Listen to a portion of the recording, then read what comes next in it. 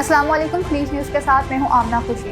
नाज़रीन, Pakistan super league 6 में Islamabad United और कोयटा ग्लैडिएटर्स के दरमियान गुज़िश्ता रोज़ मुलतवी होने वाला मैच आज खेला जाएगा। तफसीलात के मुताबिक इस्लामाबाद यूनाइटेड के ऑस्ट्रेलियाई खिलाड़ी फवाद अहमद का गुज़िश्ता रोज़ कोरोना टेस्ट मुस्बत आया था, जिसकी वजह से इस्लामाबाद यूनाइटेड और कोयटा ग्लैडिएटर्स के दरमियान मैच एक रोज़ के लिए मुलतवी हो गया था। मुलतवी होने वाला मैच आज शाम 7 बजे खेला जाएगा।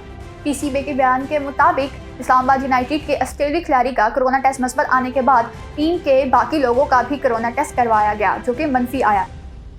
पाकिस्तान क्रिकेट बोर्ड का कहना था कि शायकीन कल के मैच का टिकट आज इस्तेमाल कर सकते हैं और टिकट रिफंड भी करवा सकते हैं। इस्लामाबाद यूनाइटेड के खिलाड़ी का कोरोना टेस्ट मुस्बत आने पर उन्होंने समाजी राब्ते की वेबसाइट ट्विटर पर मदाहों से दुआओं में याद रखने का कहा। उन्होंने कहा कि कोरोना से खुद भी महफूज रहें और दूसरों को भी महफूज रखें।